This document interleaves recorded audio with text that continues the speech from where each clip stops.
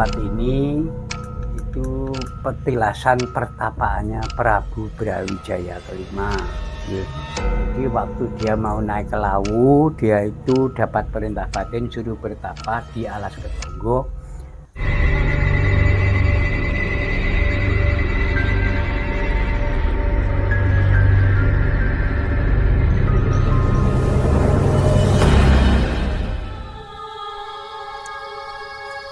Oke sobat, bertemu lagi dengan kita ya. Kali ini kita berada di daerah Ngawi. Lebih tepatnya kita berada di Alas Ketonggo, Srigati, Ngawi. Di mana tempat ini merupakan tempat yang sangat bersejarah. Ada sebuah patilasan dari Raja Majapahit yaitu Brawijaya V. Dan juga menurut ceritanya tempat ini merupakan sebuah gerbang gaib menuju Gunung Lawu. Seperti apa nanti kita akan masuk bersama-sama.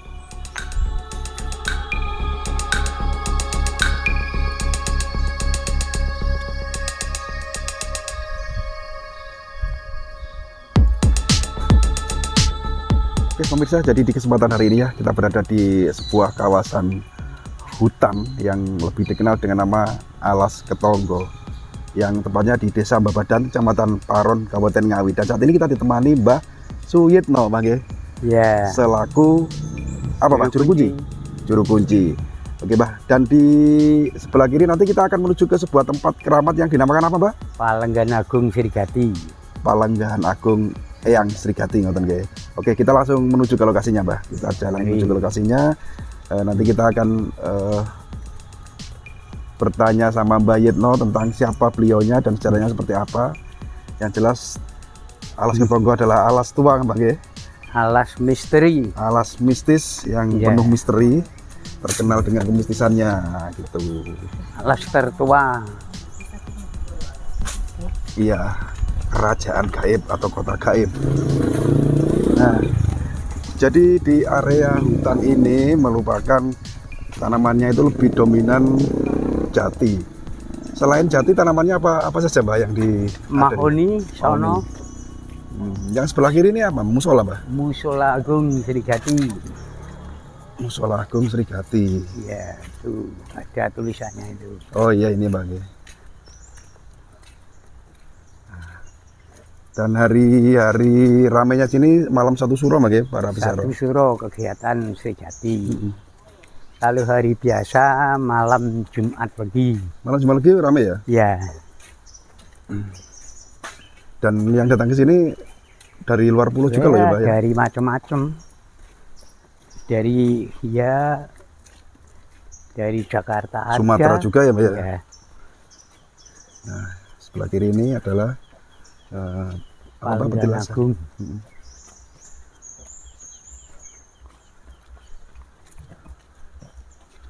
Mbak, yang di pagar itu apa Mbak? Pohon apa ini Mbak yang di pagar? Pohon beringin. Mbak, ini beringin? Ya. Bukan ini? Pohon beringin. Oke. Oke. Dan inilah yang dinamakan Palenggahan Agung Srigati ya. Yang dimana di kiri kanan ini ada patung Ganesha Mbak ya? Ya, Ganesha. Mbak, ini dikunci atau sekedar Ya. sadar?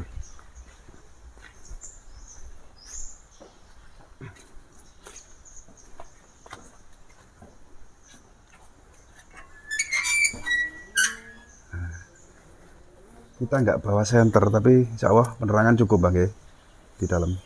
Boleh masuk Pak? Boleh, monggo. Sama jenengan Mbak. Jadi di sini ada Rahayu sebentar. Aduh, senternya nggak ke bawah ya, tapi cukup lah. Kita bantu flash teman-teman, masuk yuk. Masuk sini. Masuk sebelah kiri. Kita bantu flash biar agak itu. Sini. Mana satunya? Oke, Mbah Yit. Di sini kan kita melihat banyak sekali ini, termasuk Petilasan. seperti payung. Peninggalan Mbak ya. Ini tapi duplikatnya. Seperti apa itu Mbah? seperti mahkota, seperti songsong itu payung itu, tumbak, itu semua duplikat. Semua duplikat. Kalau yang aslinya memang ada dulu.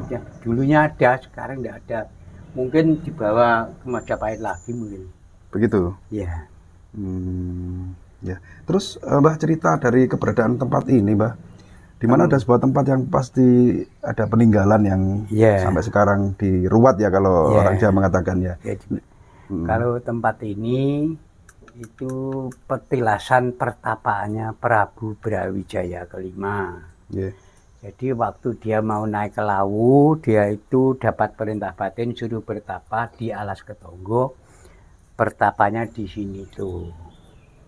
Jadi di Palenggan Agung. Di Palenggan Agung sini. Ya. Sebelum naik ke Gunung Lawu. Sebelum naik ke Gunung Lawu, topo di sini. Cuma lamanya berapa saya juga nggak tahu. Setelah dia mendapat perintah batin meneruskan perjalanan, Lukar Busono juga di sini. Lukar Busono itu maksudnya apa? Maksudnya melepaskan baju keprabon dulu. Baju kerajaan itu di sini, terus ganti baju kuning seperti bajunya biku itu loh, Mas. Biksu-biksu gitu ya? Ya, seperti biksu itu meneruskan perjalanan lewat Candi Cetho. Rute perjalanannya melalui Candi Cetho gitu ya? Lewat Candi Cetho. Naiknya dari Candi Cetho terus sampai ke atas di Pertapan Argodalem. Dia bertapa di sana, akhirnya dia mokso di sana, di Lawu. Terus menamakan diri Sunan Lawu.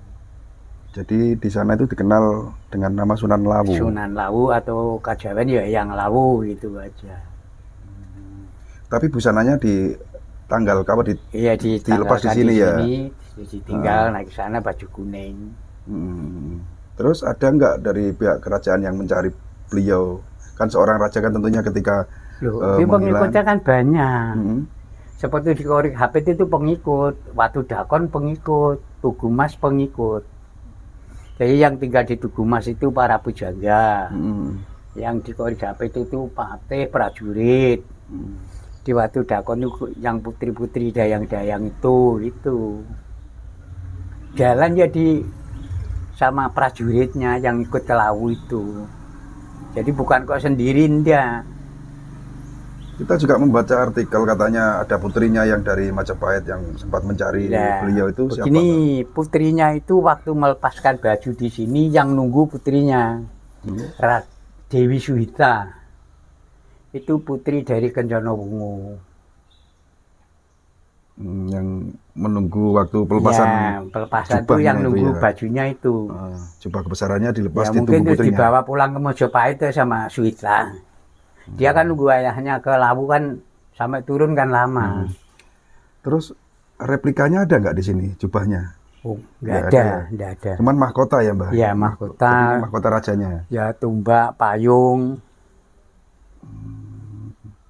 Jadi yang tertinggal di sini pusakanya sama mahkota gitu ya. Yang untuk baju kebesarannya itu dibawa pulang. Mungkin ya mungkin bawa anaknya itu. Yang Dewi Suhita itu. Dewi Suhita itu yang dari Kencono Wungu itu.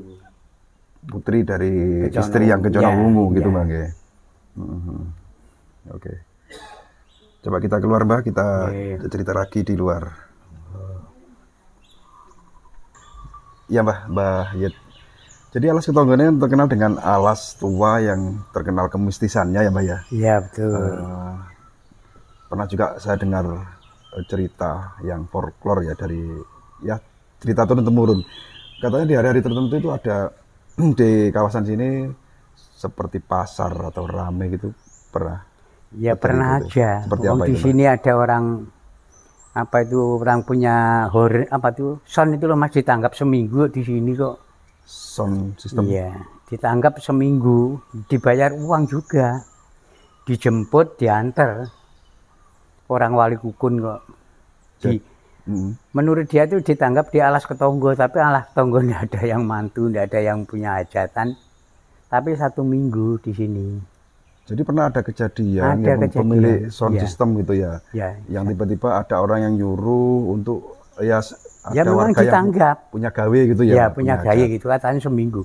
Orangnya itu habis diantar pulang tuh besoknya ke sini tuh tanya, kok mantu kok seminggu kok kaya mengan gitu. Padahal tidak ada orang mantu desa sini. Jadi selama 1 minggu itu akhirnya sudah dibayar ya, Pak? Ya dibayar penuh. Nyata Diantar sama yang nanggap, pulangnya ambilnya itu diantar. Perasaannya orangnya ya seperti Ya, kampung biasa, biasa, gitu ya? kampung biasa. Dia ya dikasih makan ya biasa gitu. Jadi tidak kok diam gitu, enggak, ya biasa gitu. Seperti yang pada umumnya Ya, gitu pada ya. umumnya masyarakat gitulah. Terus uang itu yang diterima itu juga asli, Asli, nggak berubah jadi daun asli lah gitu. itu orang sini sampai sekarang masih kerja di sini lah. Ya. Tapi enggak tahu di mana Alas Ketonggo enggak bangun, katanya kok bangun. Sampai sekarang Sampai sekarang ada orang yang ada bekerja. orang sini. Nanti 1 bulan pulang, diantar dia. Diantar sampai jalan sini gitu, nanti kamu naik lah. Nanti mau ke sini ya dijemput sampai situ. Letaknya di mana itu, Mbak? Letaknya orangnya itu bekerjanya di mana gitu nggak tahu. Ya enggak tahu, di sini tidak ada bangunan. Di sini itu kan nggak ada bangunan, tapi orang sini itu sampai anaknya ini kuliah loh masih kerja di sini. Dan sampai sekarang ya. Ya katanya kerja di bangunan. Padahal di sini nggak ada proyek, Mbak. Enggak ada. Sudah dari SMP kelas 3 kok dia kerja itu. Sampai kelas 3 sampai punya Sama anak. orang Madiun, sama orang Parang. Makanya tetangganya cari ke sini itu kok bikin apa kok lama gitu loh. Kok proyek kok nggak habis-habis gitu ya. Itu. Orang Parang itu ke sini buktikan kerja apa kok lama kok nggak barbar gitu. Parang Magetan itu loh. Iya, dan logikanya ya ketika mulai SMP, Bang ya. Iya. Sampai punya anak sekarang ya. Sampai kuliah kok. Sampai anaknya kuliah. Sampai anaknya kuliah itu dengan kerja secara gaib. Iya. Tapi untuk menghidupi keluarganya kan nyata bisa bayar kuliah. Iya, Berarti kan bisa. uang nyata gitu, Bang ya. Tiap bulan tuh pulang. 1 bulan sekali. Sebulan sekali pulang. Diantar. Pernah juga ada, Mbak, katanya hutan ini terlihat dari desa sebelah itu seperti kebakaran, itu seperti apa? Oh ya gini, kalau kadang-kadang mengeluarkan sinar. Ini mengeluarkan sinar sampai setengah itu kan sering dulu. Sekarang ada listrik ya nggak tahu. Dulu ya, Mbak ya. Ya sebelum ada listrik itu mengeluarkan sinar itu sering. Jadi terlihat dari kampung Ya sebelah dari itu. kampung cerah. Dulu kan lihatnya dari Ngerambe malah. Jadi sinar itu seolah-olah di sini memang ada perkampungan atau perkotaan ya, gitu. itu ya. kampungan atau apa saya nggak tahu, yang penting ada sinar. Itu sampai setengah jati ini. Dulu lihatnya dari sini Ngerambe sana malah. Soalnya waktu itu belum ada listrik kan, Ya. ada cahaya nyelantang Ya, itu kan kelihatan banget kan. kelihatan. Iya. Sekarang sudah ada listrik. Iya. Mbak, terkait yang di belakang jenengan ini kan sebuah palenggahan Iya. ya, sebuah tempat keramat. Di situ tadi kita melihat ada banyak sekali persajian, berdupaan. Ada nggak tamu yang datang ke sini dengan tujuan hajat apa gitu, Mbak? Minta berkah atau apa gitu? Iya, tujuannya ya masing-masing, orang banyak. Ya ada yang minta supaya cepat usahanya kembali lagi, cepat yang pengen hutang cepat nyarutang, macam-macam lah. Itu, Mbak ya. Ya, Jadi banyak yang datang ke sini orang yang ketika dalam kehidupan atau ekonominya itu sedang kolab lah, anggaplah Iya. kolab gitu ya. Datang ke sini Iya. dengan ritual itu bermalam atau berapa hari gitu, Mbak? enggak mesti mas. Kadang-kadang ya ada yang bermalam pagi pulang, kadang-kadang ya habis berdoa dia pulang, enggak sama lah. Namanya orang banyak kok. Dengan didampingi jenengan gitu. Iya, ya saya kan bukan itu, dia kan berdoa sendiri menurut keyakinan masing-masing lah. Gitu, Mbak ya. Ya. Terus hari-harinya gitu ada dipastikan hari apa yang bagus itu, Mbak? Oh, kalau hari biasa itu yang ramai Jumat Legi. Yang datang cuma lagi ya. Kalau hari biasa itu ada saja orang berdoa, mau berdoa pada Tuhan kok. Ada saja. Syarat-syaratnya gitu bawa apa gitu. Paling ya bawa bunga, kalau nggak bunga ya bawa dipo lah udah. Begitu aja ya. Ya. Tapi dengan berdoa dengan cara keyakinan mereka masing-masing Ya, gitu. menurut keyakinan masing-masing, berdoa pada yang kuasa, mendoakan leluhurnya. Iya. Mudah-mudahan dapat barokah sababiyah di sini. Ya, tetap kita tujukan ya permohonan itu semua kepada Tuhan Yang Maha Esa. Iya. Cuman lantaran, Bang ya. Lantaran Iya. tempat ini ya. Jadi doa itu mudah dikabulkan gitu. Iya. Jangan sebagai juru kunci sudah berapa tahun, Mbah? Ya, saya dari juru kunci mulai dari 2016. 2016 ya. Iya. Dan tentunya sudah puluhan orang yang jenengan dampingi untuk datang ke 4. sini. Ya. Oh, kalau wah ribuan dari Ribuan. Sudah Ya. ribuan. Dan di antara mereka yang pernah jenengan antar itu pernah nggak yang kembali ke sini kita menceritakan, Mbah aku dengan keluarga Oh, seperti banyak, ini Mas. sukses itu. Sini syukuran banyak itu. Setelah dia berhasil syukuran. Oh gitu Bang ya. Seikhlasnya aja. Syukuran di sini selamatan. Selamatan Ya. sebagai ucapan Bersyukur, atau iso bukti, nyarutang, iso iya, usahanya maju lagi itu banyak itu. bukti rasa syukur mereka Ya. karena ya lantaran tempat Mungkin ini. ada yang belum berhasil yang namanya punya apa itu Iya, koneksi orang kan masing-masing lah gitu. betul, betul. Iya, Mbah, pesan dari jenengan Mbah tentang tempat yang luar biasa ini seperti apa, Mbah? Ya kita sebagai generasi bangsa, kalau tidak kita yang nguri-nguri siapa nanti. Ini kan nguri-nguri budaya leluhur kita, mendoakan leluhur kita. Nanti nek diuri-uri wong luar muring awake dhewe. Oke. Kita sebagai generasi, sebagai penerus ya marilah kita jaga, kita uri-uri, kita budayakan kepada generasi kan gitu. Iya, dan kita simpulkan bahwa janganlah menganggap sesuatu itu dengan kalimat syirik atau musyrik gitu kan. Oh enggak ada itu. Ada kan. Ini kan tempat leluhur. Kita sebagai Orang generasi berdoa itu enggak ada yang musyrik, enggak ada yang syirik. Yang syirik musyrik itu hanya ya syirik musyrik itu kalau gitu. kalau bisa dibilang syirik, orang yang beribadah di Ka'bah syirik, Mbah. Iya.